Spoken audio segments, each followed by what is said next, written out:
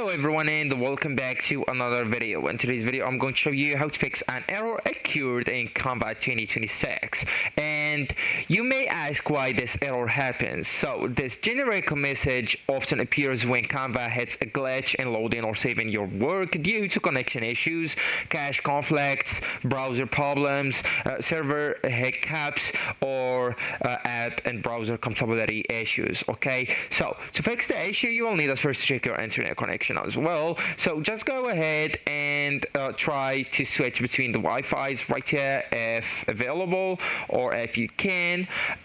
If not, just go ahead and disconnect from the Wi-Fi and reconnect to it.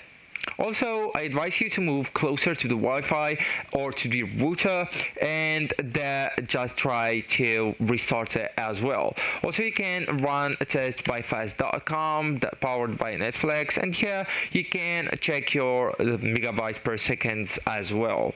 Also, I do really advise you guys to tap reload here or click reload or refresh. You can also go with the shortcuts by using your keyboard control plus R. Okay, so that way you can refresh your page. Also, you can just close the file just like that and reopen it.